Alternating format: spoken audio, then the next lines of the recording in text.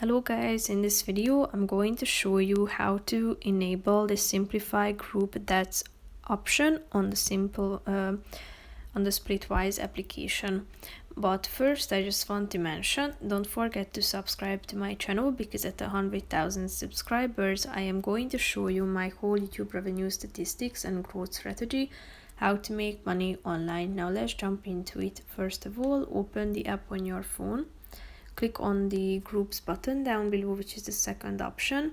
Select your group, so tap on it and then click on the settings icon in the upper right corner of the screen. After that, you should scroll down to the advanced settings section and click on simplify group that's option.